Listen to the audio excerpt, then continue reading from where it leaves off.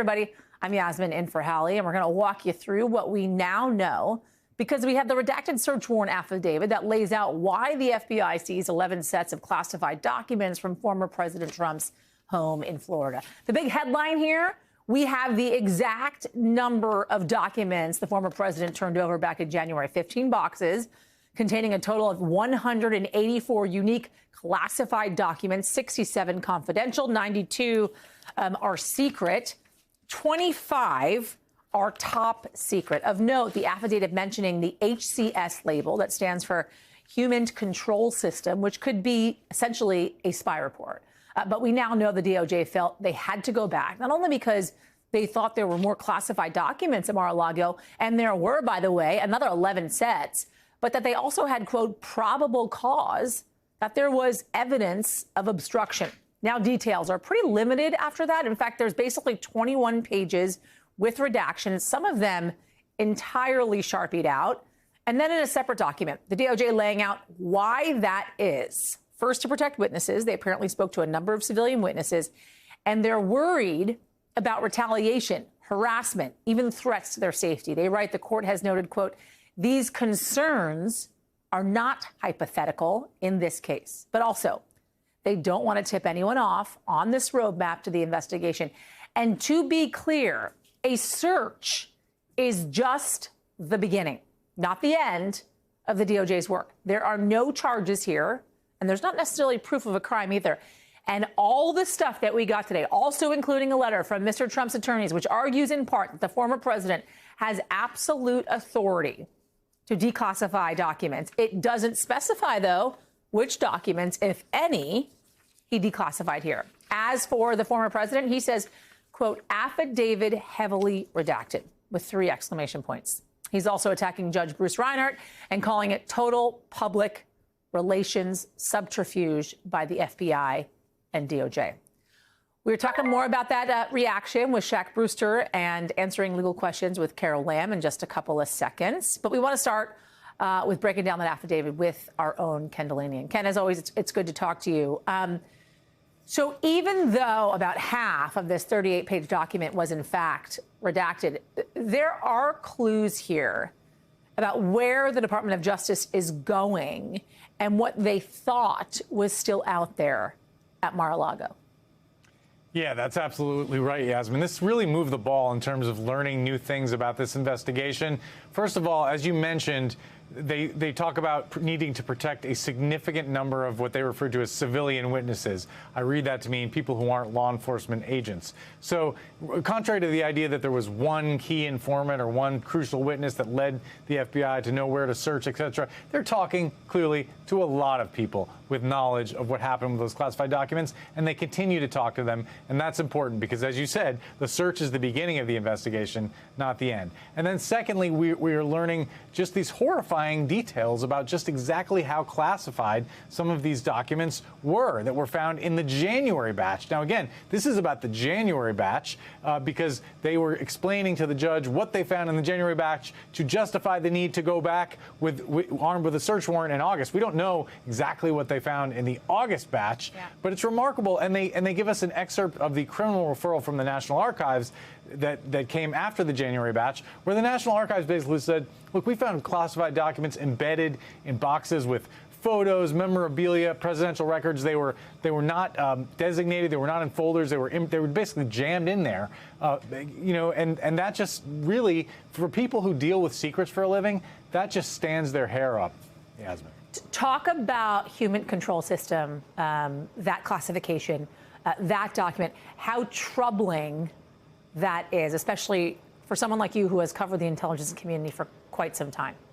It's unimaginable. What that essentially means, it refers to a report from a human source, generally often a CIA report from a confidential human source, which could be otherwise known as a spy. The CIA recruits foreigners to spy and then provide information to the CIA officer, who then writes up a report. And generally, these kinds of reports don't leave the CIA. They're included as part of other intelligence reports that get disseminated around the government. But sometimes, in a president's intelligence briefing, the briefers will want to reinforce the source of a particular juicy tidbit of information, and they will present this kind of a report. report. And it looks like maybe Trump put one in his pocket one day after an intelligence briefing. I mean, just the idea that that is outside of a vault, of a sensitive facility, is just unimaginable. So then there was this idea that we had heard about, this possible kind of quote unquote nuclear information, references to this special access program based on the reporting by us here at NBC News and others. There is nothing here, though, it seems, you're combing through those 38 pages that talks about that. I'm wondering if it's fair to assume that's because it was likely redacted. Yeah, we just don't know. But one thing I would assume is that if that information was referenced, they would never put it in a report like this. Probably even in the redacted portion, because that eventually will be made public, let alone making it public. And, you know, we know there were special access programs mentioned because that was in the letter that was published by the National Archives. That refers to super highly classified compartmented programs. And it was interesting to me that you didn't see any reference to that in this affidavit, and it suggests that they're holding back. They don't need to talk about exactly what the classified documents were in order to make this case to the judge. So the question of nuclear information, I think the jury is still out on that. Ken Delanian, as always, thank you. Let's bring in Shaq Brewster now, who's standing by for us in West Palm Beach. We showed the former president's statement, right, after this affidavit was, in fact, released. But he wanted this affidavit released, right, even if redacted. They didn't fight the release of this document.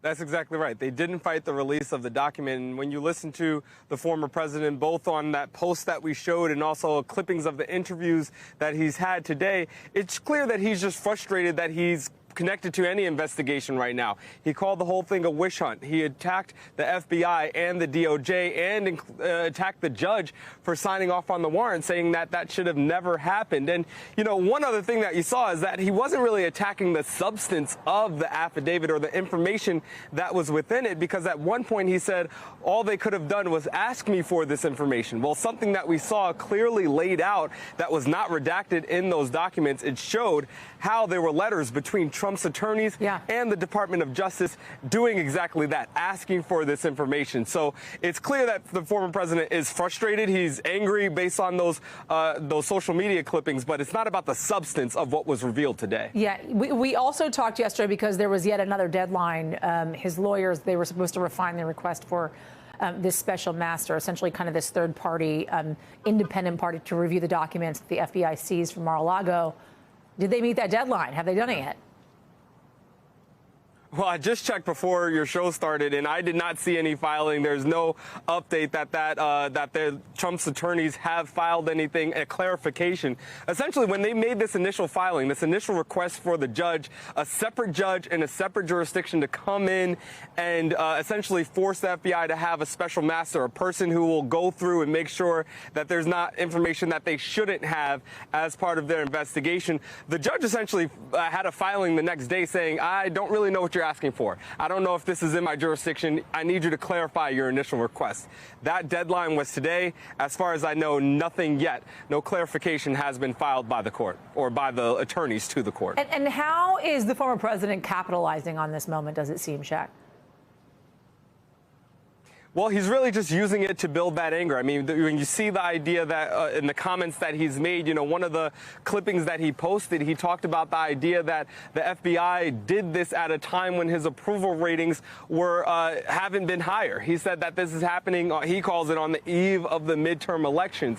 He is putting this in that political context, trying to say that they're against me. But then in one of the statements, he says, the American people, you guys, you know your favorite president, as he says, it won't be taken down by this. So he's using this to put it in the political context. It's so interesting because we watch the DOJ. We see them go through pains to avoid the political conversation, to only release information when they have to through a court. And you see the former president leaning into and taking advantage of that and trying to pull this into the political discussions. Shaq Brewster. Thank you, Shaq. Good to see you. Want to go now to Carol Lamb. She is an NBC News legal analyst and former federal prosecutor. Carol, thanks for standing by for us. We appreciate it.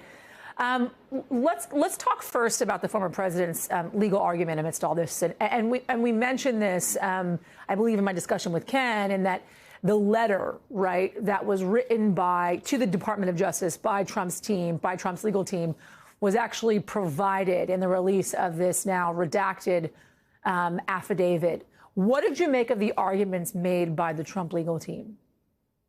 That was a very interesting letter, Yasmin, to me, because it sort of seemed like the argument, I didn't have any homework, and if I did, the dog ate my homework.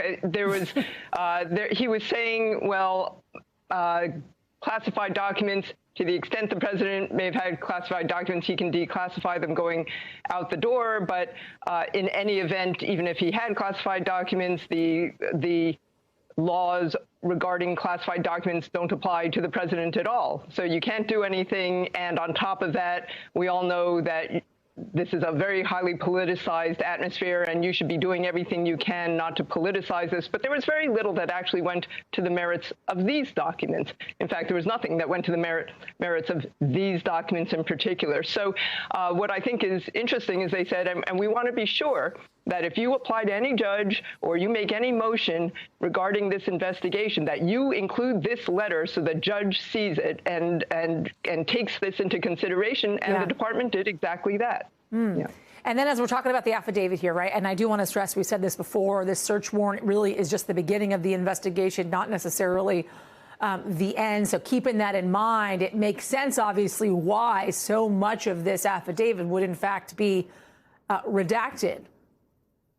Yeah, I mean, I have to tell you, it's jarring to former prosecutors to see even this much information coming out and being made public in a search warrant affidavit, because this search warrant affidavit, like all search warrant affidavits, it was not drafted with the thought that some of it was going to become public while the investigation is still going on. And so the redactions are no surprise to me at all. And in fact, I think most of us were shocked that the judge even granted the motion to unseal any of it. And so in reading what was revealed, what's interesting to me is that it seems that the investigation is really not so much about what the president took or how he decided to take this information from the White House.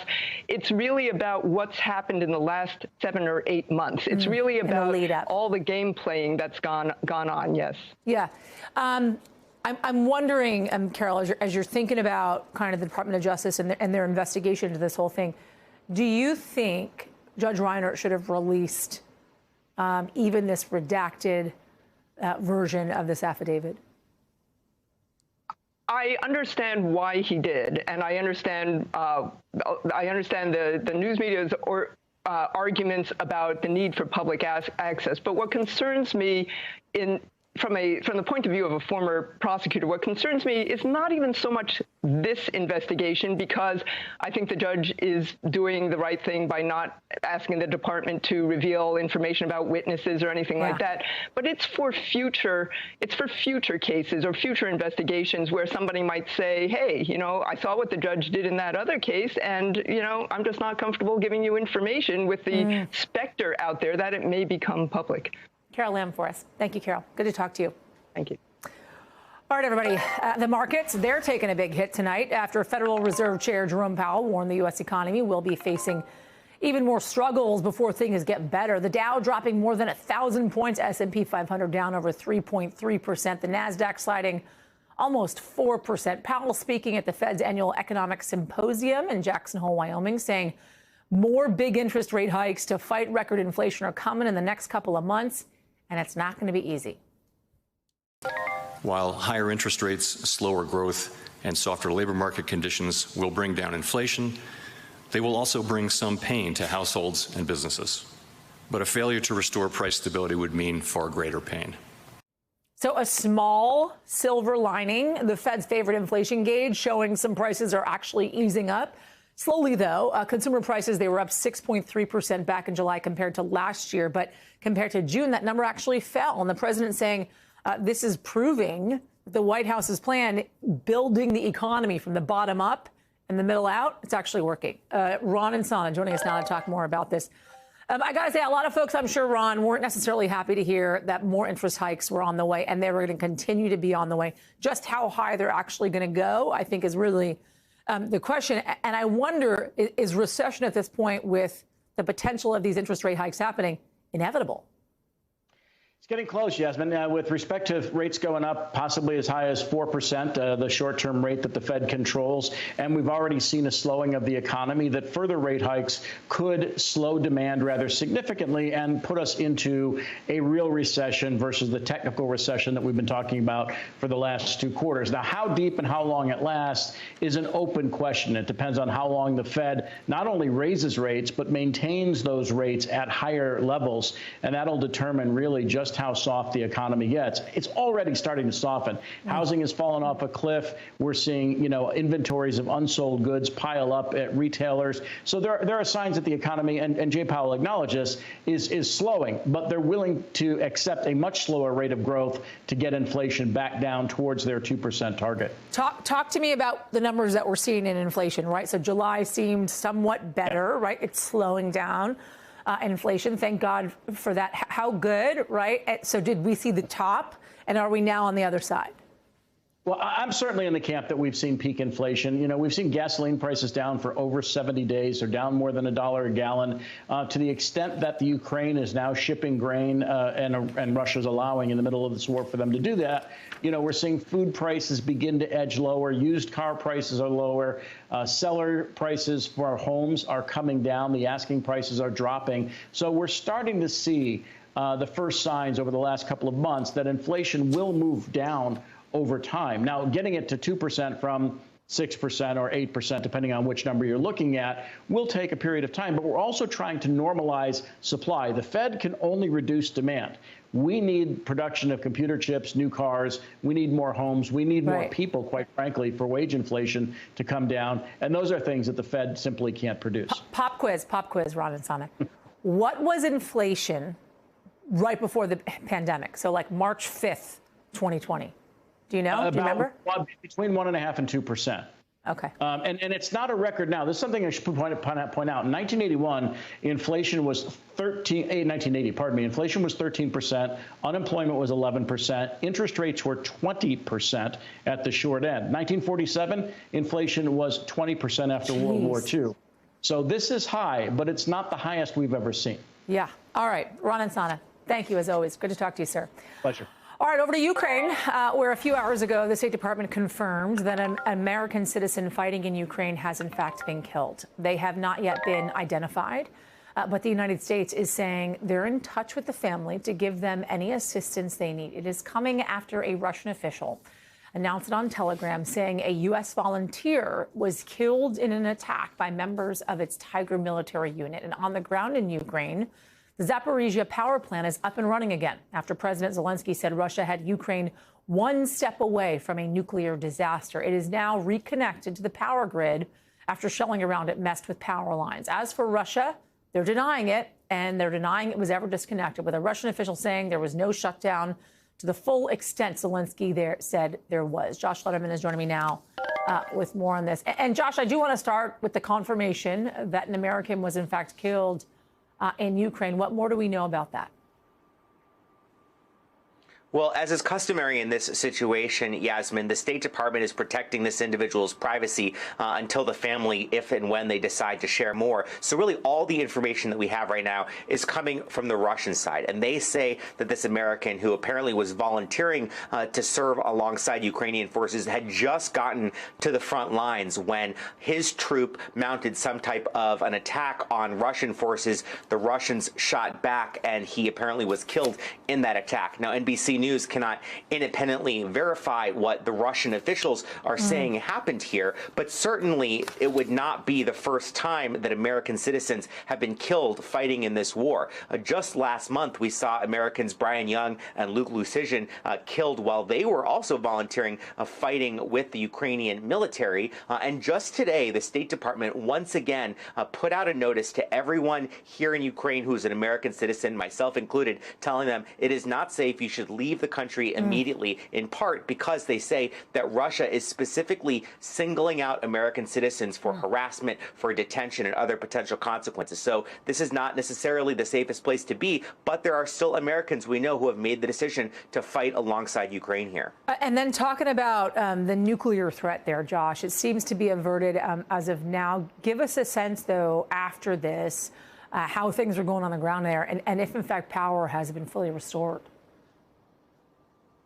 Yeah, catastrophe averted for now, Yasmin, but this was far too close of a call for anyone's comfort. The power seems to be coming back on, and Energoatom, the nuclear energy company here, says that the two remaining functioning nuclear reactors there are now reconnected to the grid, ramping up their capacity. But the fact that this power plant had to revert to backup power to be able to power its cooling systems that keep the nuclear reactors from overheating really speaks to how dangerous of a situation this is. And given the fact that there has been shelling at or near the plant near daily for weeks now, there is every expectation that there will be more such fighting and that there could be more potentially dangerous nuclear situations as a result, which is the reason why that as of today, according to a local government official in Zaporizhia that I spoke with today, the health authorities are handing out iodine tablets to anyone who lives within a 50-kilometer, which is about 30-mile radius of the nuclear plant. Not telling them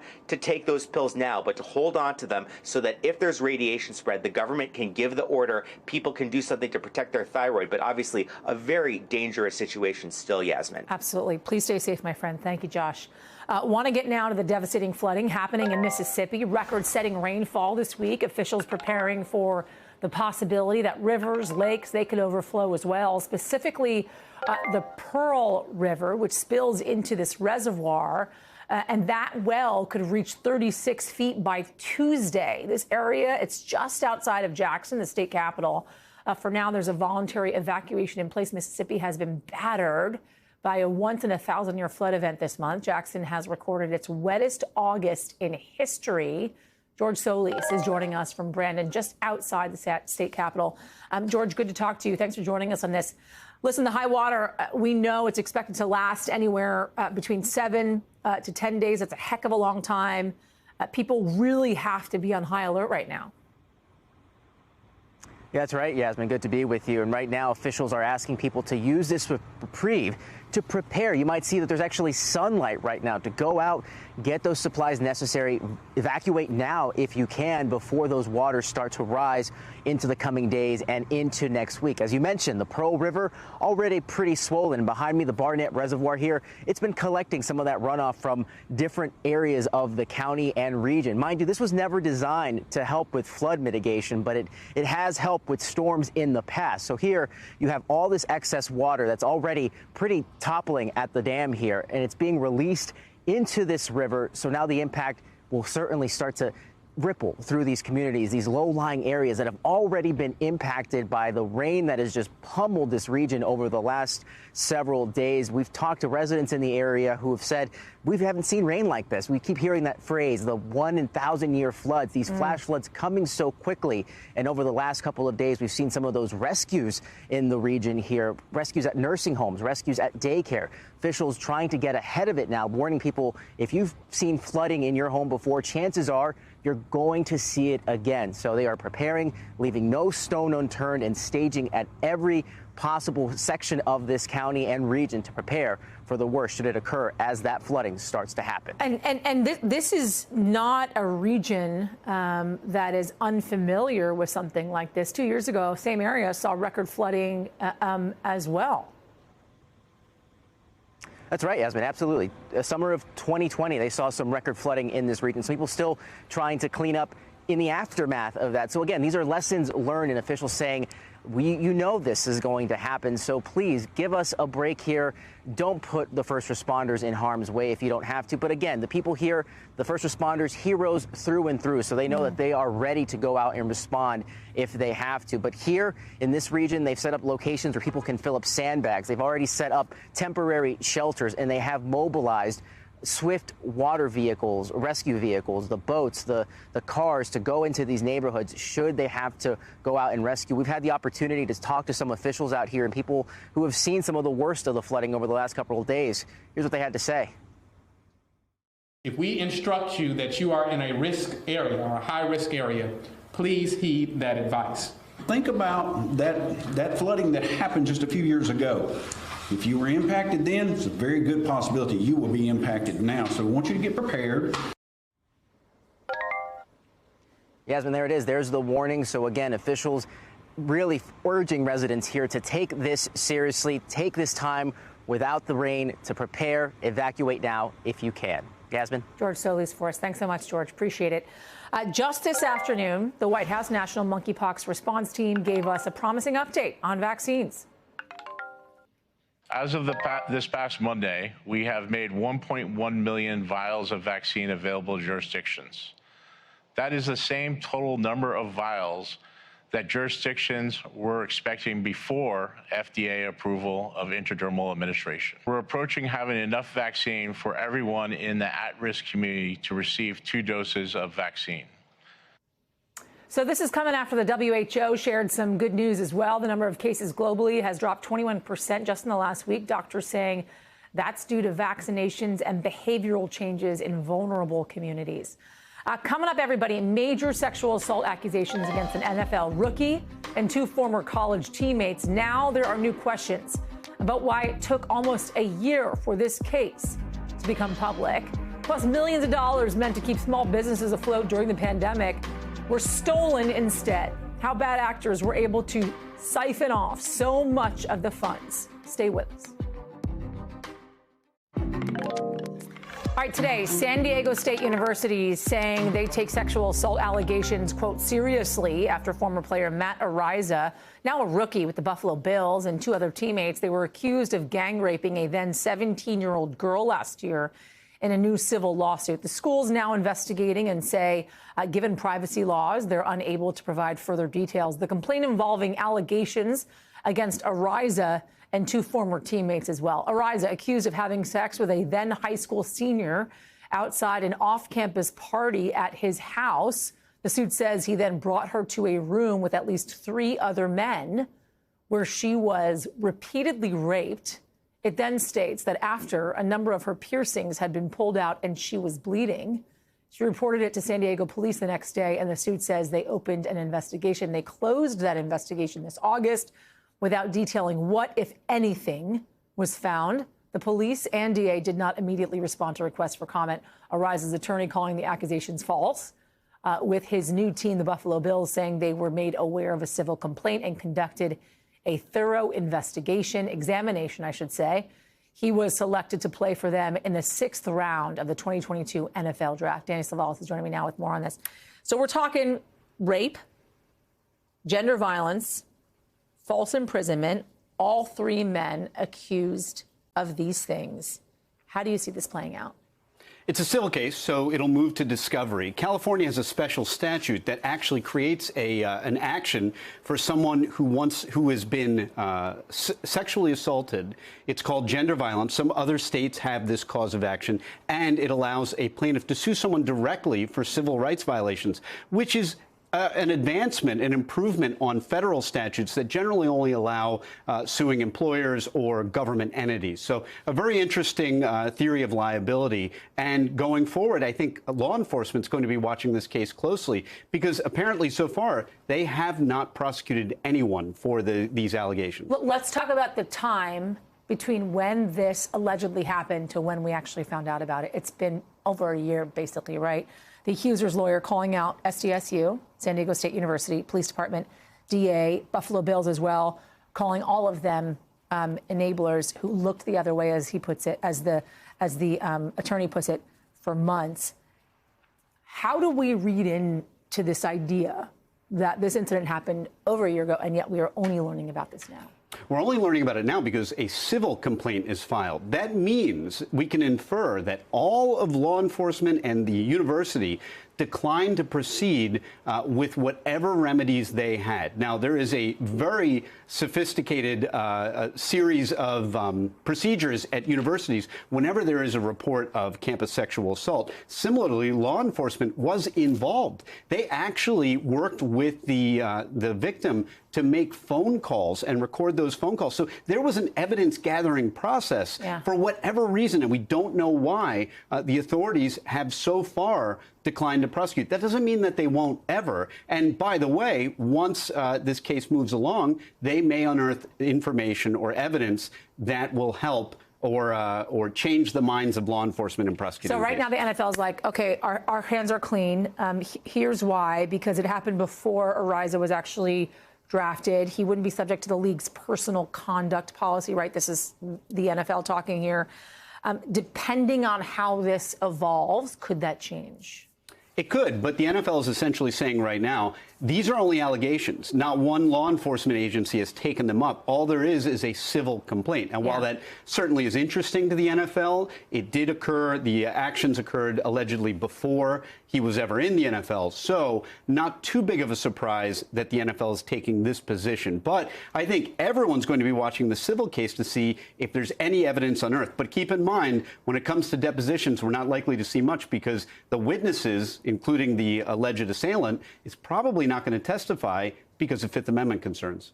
Dana Savalas, thank you. Good to see you. All right, want to get you over to the 5 things our team thinks you should know tonight. And number 1, Moderna filing a lawsuit today against its competitors Pfizer and BioNTech, alleging they illegally copied Moderna's patented mRNA technology to make their own COVID vaccine. A Pfizer spokesperson saying the suit caught them by surprise, but claiming that they used their own technology to create the vaccine and will, quote, vigorously defend against the allegations in the suit. Number 2, the Secret Service recovered $286 million in COVID relief funds that were, quote, meant for small businesses, but instead were siphoned off by frauds who used thousands of stolen or fake identities. As federal and state governments rushed to distribute money to keep the economy afloat, a lot of safeguards were overlooked. In fact, some estimates of the total amount of fraudulently obtained federal, state, and local COVID relief money starts at about $100 billion. Number 3, Meghan Markle, the Duchess of Sussex, is out with a new podcast that hit number 1 on Spotify charts in 6 markets worldwide, including the U.S. and the UK. Her podcast, Archetypes, was released on Tuesday. It's currently more popular than the Joe Rogan Experience, which is consistently the most streamed podcast on Spotify. In the first episode, Markle talks with Serena Williams about the double standards women face. Number 4, oops, she did it again. Britney Spears is back with a comeback single, Hold Me Closer. And it's already reaching the top spot on charts around the world just hours after its release today. The pop princess teamed up with music legend Elton John. It's a remix of Tiny Dancer with elements from his iconic songs like The One, Don't Go Breaking My Heart. And number 5, take a look at this video. What you're seeing is Clark, the bald eagle, going through airport security in Charlotte, North Carolina earlier this week. And you've got to give those TSA officers credit. They were unflappable. I didn't write that, by the way. The producers did. All right, 80%. That's how much UK energy companies say household bills are set to spike in just a matter of months. What's behind the staggering rise in energy costs and how the war in Ukraine is making everything that much worse? Stay with us.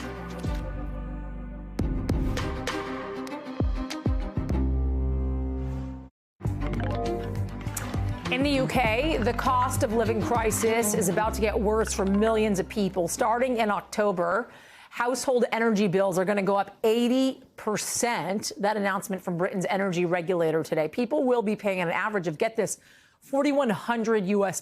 That is up from about $2,300. And it's expected to go up even higher in January to almost $4,700. So why are costs going up so much? Global oil and gas prices, they've been going up since last year. Countries recovering from the pandemic, and as they recover, demand goes up. Russia's war in Ukraine as well, creating a massive energy crisis. Keir Simmons is with us to break all of this down. This is astounding, Keir. This number, I can't imagine people are happy about it, considering, of course, the record inflation the UK has also been dealing with simultaneously. That's right, Yasmin. 10% inflation. The Bank of England is predicting 13% inflation by the end of the year. One analyst suggesting 17%. 17% next year. It makes you feel a little better back over there in the US of A, doesn't it? And the TV screens here are full today of ordinary British people talking about not being able to afford the cost of fuel, just trying to heat their homes. There is one commentator who is suggesting that people will die as a result. Just take a listen to just one example, a woman who lives here in London. I suffer from depression as well, and I think this has all got to do with the cost of living, especially for the younger people, you know, like the college people. I really do feel for them.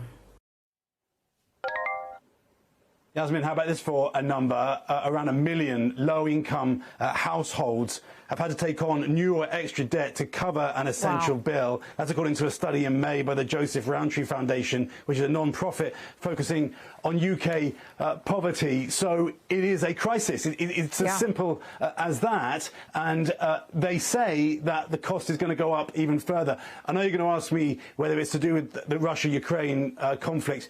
Of course it is. Here's another fact which is just stunning. Britain doesn't buy much gas from Russia, but because it's being cut off and the price is going up across Europe, that's driving up the price on the market. So Britain is suffering too, like many countries, including Germany. This is a situation in different ways that is being faced across the European continent. So my understanding is the government now trying to help people out with some support packages, especially when you look at the poverty levels in the UK. A lot of folks there are saying it's not enough. Yeah, that's right. And there's a political crisis to combine with this economic crisis, if you like, because, as you know, and many people watching will know, the Prime Minister, Boris Johnson, is going to stand down. They're in the middle of an election, his party, for a new leader. In a way, you could describe Britain as kind of politically rudderless. The British government has been trying to do some things to mitigate the economic pain. So in July, the government announced it would pay a £400, I guess that's around $500 grant to all households over 6 months from October. And there's another £650 one-off payment. I guess that's about $800 going to 8 million vulnerable households. But we talk about how the question is whether Europe can hang on through this long conflict in Ukraine. It is really affecting ordinary people in Europe. So when we talk about whether it can hang on, whether European citizens can hang on, it is real pain and it's a real question, Yasmin. Keir Simmons for us. Thank you, Keir. All right, NBC covers hundreds of stories every day, and because you couldn't possibly read, watch, or listen to them all, our bureau teams have done it for you. This is what they're telling us is going down in their regions in a segment that we're calling The Local. From our Midwest Bureau, an E. coli outbreak has now infected 84 people and put 38 of them in the hospital. It now reached 4 states, Indiana, Michigan, Ohio, and Pennsylvania. No specific food has been officially identified as the source, but many people have reported eating Wendy's sandwiches with romaine lettuce before getting sick as a precaution. Wendy's has stopped using that lettuce at stores in the area. From the Northeast Bureau, police in a community near Pittsburgh are warning people to be on the lookout for an escaped python. A man was out walking with his pet snake. When it got away. The family whose son owns the python says it's friendly. Police say specifically children and people with pets should be cautious when playing outside. From our Southeast Bureau, the alligator you see in this video was sitting in front of a middle school in Florida. The 7-foot gator was captured by the school resource officer, who was a former alligator trapper. That's lucky. Florida Fish and Wildlife Conservation Commission took the gator away and relocated it to a safe area. It has been over 50 years since astronauts last walked on the moon. Some of you probably weren't even born yet. But in just a couple of days, NASA will start to find out if they can once again make that a reality with a high-stakes 6-week unmanned test flight around the moon and back to Earth, paying tribute to NASA's Apollo missions, launching next-generation mega rocket called Artemis, Apollo's twin sister in Greek mythology. And if all goes well, it would pave the way for a similar mission with a crew of astronauts in just a couple of years. And after that, a return trip to the moon's actual surface. The Artemis rocket has some upgrades from Apollo, from a bigger space capsule to new suits. And NBC's Tom Costello sat down exclusively with the men in charge of both the Apollo and Artemis missions as well. And Tom is joining us now. Pretty exciting day ahead, to say the least. Talk to us, Tom, about the stakes of this mission. Well, they're very high for NASA. I mean, listen, NASA and America has decided to go back to the moon. That's a congressional policy. It's been signed off by both Republicans and Democrats. It's not cheap, right? I mean, this is a $4 billion flight. Every single time they launch Artemis, $4 billion. This program is already running $93 billion. So they don't want to screw up. They don't want an accident. They don't want this rocket to fail. They want it to go. And if it goes, if it's successful, it's a 42-orbit mission around the moon. Then they would put humans on a flight that would go orbiting around the moon and then landing on the moon. So a lot is riding on Monday's launch. Tom, NASA really obviously trying to pay tribute, as I mentioned, to the Apollo missions, ramping up really, though, everything in size, technology as well. I know, as I mentioned, you spoke exclusively with both the Artemis and Apollo lead flight directors about what it was like back then and then how it's different now. Well, listen, for me, this is one of my earliest memories as a kid, is watching Apollo 11 astronauts walk on the moon. So then to go back into the mission control room for Apollo 11 and interview the one of the flight directors, 90-year-old Milt Windler, in the control room, and then put him in the same room that we're interviewing the current flight director for Artemis, was absolutely a dream come true. But I asked this old meaning he's put a lot of time in, this fantastic flight director, Milt Windler, what it's like. What was it like to work with the technology of the day? Listen to this. There is more computing power in my cell phone than you had during the Apollo days. How did you do that? Well, because that's all we had. We did it with what we had. That's all we have. We did with what we had. And Rick LeBreau, the current flight director, sitting next to Milt, said, listen, these guys are heroes. We are on their shoulders, and they are just hoping for success, as the Apollo team had. So cool. Also cool, though, the possibility of a moon base where astronauts could feasibly live for short periods of time on the moon if this is successful. How long are we talking here till something like that is put in place? Ideally, they will put humans on the moon in 2025 or 26. They're going to have a new space station orbiting the moon. That's where Orion will go. The space capsule goes to the orbiting space station, then it will come down onto the moon, and they will build a base. That's the plan. I think we're talking late 2020s, early 2030. We've got competition. China wants to put humans, astronauts on the moon in 2030, so that is an incentive for the United States, for the international community, because this is an international effort to put a moon base also on the southern pole of the moon. Wow, that would be incredible. Tom Costello, as always, we thank you. And you can see more of Tom's exclusive interview with the lead flight directors and behind-the-scenes look at Apollo's mission control tonight on Nightly News. That wraps it up for this hour, everybody. We have more for you on Monday, same time, same place. Coverage picks up right now.